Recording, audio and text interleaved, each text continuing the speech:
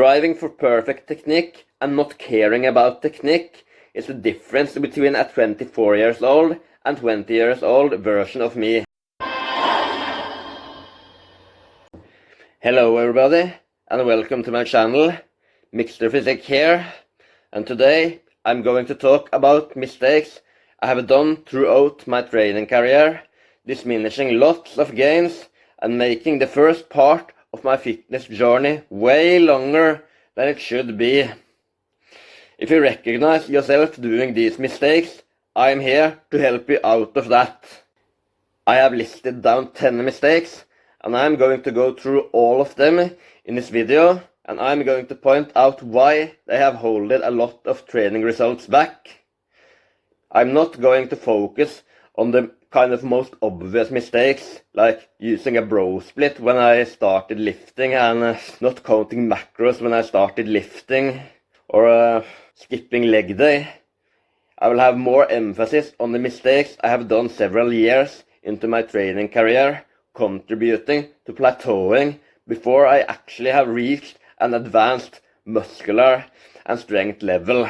Before we start off, make sure to subscribe to my channel to keep up with educational training videos. And if you want daily fitness content, check out my Instagram account. Hope you enjoy this video. Okay, number 10. Not doing enough isolation exercises. I had a period of several years where I did lots of compound lifts. I began to do squats, deadlifts, pull-ups and overhead presses in around the summer of 2014. I started doing some inconsistent bench press training as early as in 2012 when I for the first time lifted weights. I based my training around these exercises, and I still do. The reason why I didn't maximize my muscle growth was because my training didn't contain enough isolation exercises. I did some isolation work for small muscle groups, like arms, but I didn't do isolation exercises for quads, chest and lats. I didn't do leg extensions, cable flies or straight arm pushdowns. For example, my chest workouts could consist of bench press, close grip bench press, dumbbell bench press and dips.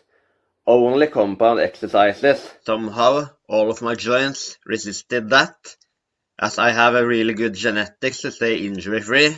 I plateaued at one point in all compound lifts. The thing I should have done to break this plateau should have been including lots of isolation exercises. Okay, number 9. Not considering muscle groups recover differently. As I said, I hit a plateau around 2016 and 2017 after training for around 2 years. My muscle mass stayed quite the same for several years after that. The first lift I found difficult to improve was the squat. I trained all muscle groups around 1.5 times a week, destroying the muscle group with lots of exercises at one workout. My shoulders, chest and back grew a lot from hyper-responding to the low-frequency, high-volume precision training, but my legs didn't develop in the same way. This was because the genetic recovery capacity of my legs is faster than for the other muscle groups. My upper body muscles had a recovery time of probably 4 to 5 days, but my legs only maybe needed 2 to 3 days. I should have immediately considered increasing the frequency. If you have a program where you train a muscle group every 3 to 4 days, but feel you can train it every other day, immediately consider increasing the frequency. Number 8. Not squatting to full depth. I had several years where I only squatted halfway down, or probably 2/3, somewhere to this level, around 60 degrees down, not 90. This was kind of for managing higher weights and boost my ego, and it was easier to not round back without going fully down. The first problem here is that I only really activate the quads, diminishing the activation from glutes and hamstrings. The second problem is that not going fully down is not accepted in a powerlifting meet. The third problem is that when I start doing squats with full range of motion, the bottom half of the lift is extremely weak, and the diminished glute and hamstring activation stands out as the limiting factor for months, if not years. So my advice for everybody who can: squat with your thighs parallel to the ground. Number 7. Overcomplicating programming. After accepting my long time plateau and training with quite the same muscularity and strength levels for a few years, I began to think about what's actually wrong with my training. I began to think about variables and changes to my program that were actually not important at all and didn't fix up fundamental problems. I made a full body 5 times a week program just out of my limited knowledge. I was obsessed by high frequency training, but I didn't think about the most important: recovery from workout to workout. So, with lack of advanced programming skills, this ended up being a disaster. I trained unrecovered muscles all the time. I was also on a hard crash diet in this period, so I lost lots of strength just in a time span of 1 to 2 months. I also used lots of time figuring out macro and food combinations, but I didn't do the most important: eating in the right calorie range. So for everybody setting up your training and nutrition, get in the most important and fundamental things and think less about the less important things. Number 6. Not eating enough nutrients. One of the dumbest things I have done, both regarding my training and my everyday life, is almost not eating vegetables and berries the first 3 to 4 years I trained. I had zero knowledge of nutrient, fiber and vitamin counts, and I didn't think about that these things actually could improve my training and well-being in general. For the first, my appetite was highly increased because most things I ate were carb and fat-dense foods, of course in addition to protein.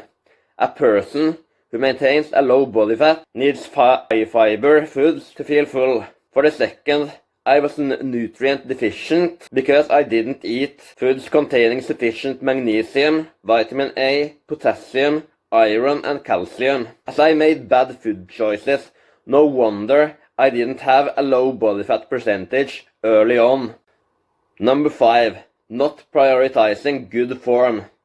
I had more the mentality of just getting the weight from A to B, not getting the weight from A to B, making every single rep as good as possible, and activate all the muscles in the best possible way. I didn't actually understand or even try to understand biomechanics or how joints and muscles were contributing to a lift. I only had the baseline understanding of what muscles were activated in a lift. Today, I have more the right understanding of how to activate a muscle the best possible way in every exercise. Today, I'm much better at addressing weak points at compound lifts, knowing much better what changes to do to actually improve one part of the lift. For example, at this moment, I feel I lose tightness at the lockout of my deadlifts. Then I do deadlifts with pause below my knees to increase time under tension and for generating more power in the top half of the lift. Striving for perfect technique and not caring about technique is the difference between a 24 years old and 20 years old version of me. Number 4. Eating too few calories when cutting weight. When I tried to lose weight, I was way too impatient. I wanted to get a six-pack and get shredded really fast. I often went down to the low 2000s on calories and did lots of cardio. My weight and waist measurement went quickly down, and it boosted my self-esteem to look better from week to week. It felt good to get my eyeballed body fat quickly from low 20s to around 15, but my workout sucked. I was frequently hungry because I ate so little. At my worst diets, I lost strength week to week. At these times, I was probably 1000 calories below maintenance. So a few tips if you want to lose weight. Be in a slight calorie deficit. Eat lots of nutrients. Make sure you feel fresh at your workouts and base your diet on low-calorie foods. Number 3. Not managing fatigue. I did lots of compound lifting for many years. I still actually do. The problem is that every exercise induces an amount of fatigue and an amount of stimulus. The reason why isolation exercises are really good for muscle growth is because they induce much more muscle growth than fatigue, making it possible and optimal to train lots of sets of them to failure. The compound lifts induce much more fatigue than isolation exercises, and the problem with that is that it increases your recovery time to the next workout. For example, doing deadlifts with holding a rep or two in the tank will for me have a recovery time of a few days. Doing 4 sets of deadlifts to failure might have a recovery time of a week for me. The problem for me in a period was that I did compound lifts close to failure way too often, and I didn't actually know how to handle it. This ruined my recovery capacity, making it impossible to do sufficient work to effectively build muscle. Mistake number 2. Not considering a rebound after weight loss. The biggest problem of my 3 to 4 first shredding diets was that I didn't consider a rebound when the diet was over. A rebound means that hunger hormones are in a shifty state after weight loss, meaning that appetite works to get the body to go up the weight again. The problem for me was that I didn't know about this phenomenon, and my plan after a cut was a bulk. Basically, the recipe to go up the weight I have lost. For example, after shredding down for the summer of 2017, getting to a legit 15% body fat that I thought was 10% at this point, I started bulking with the same calories I ate before I started this shredding diet. I went from below 2,500 calories to probably 3,007 or 3,008, probably 500 calories over what would have been optimal. Always, when you lose weight for the purpose of maintaining the weight, not only for doing a show or photo shoot, plan a maintenance phase of at least 6 weeks to manage the hormonal rebound as good as possible. Okay, ready for number 1. The biggest mistake I have done in my training career is bulking up or eating too many calories when I was trying to gain weight. Basically, eating more calories than needed for muscle growth when I was trying to add on weight. The problem here is that the body stores these calories as body fat, and you need to diet down to get rid of that. I had the stupid imagination of that the body needed an excessive calorie surplus to keep up the muscle protein synthesis. The big lie here is that it's not the calories that is the most important when building muscle, it's the resistance training. For building muscle, you need stimulus through resistance training and protein. You can actually build muscle slowly in a slight deficit. As I gained fat, bulking up, and did shredding diets, you can say I yo-yoed myself. I made this graph at some point last year, and it addresses my body fat over time. In the period where my body fat fluctuated up and down, my muscle gain was very small. I could recommend to everybody, do what I do now, eat at maintenance calories and build muscle slowly. So, if I had started up my training career again, I would definitely fix up these 10 mistakes. I think I could have been where I'm now in probably 2 and not 6 years of training. Take my advice and don't do these mistakes, and reconsider your training and nutrition if you realize you do any of these mistakes now. If you like this video, remember to give it a thumbs up, subscribe to the channel, and hit the notification button. What are your biggest training mistakes? What would you do differently?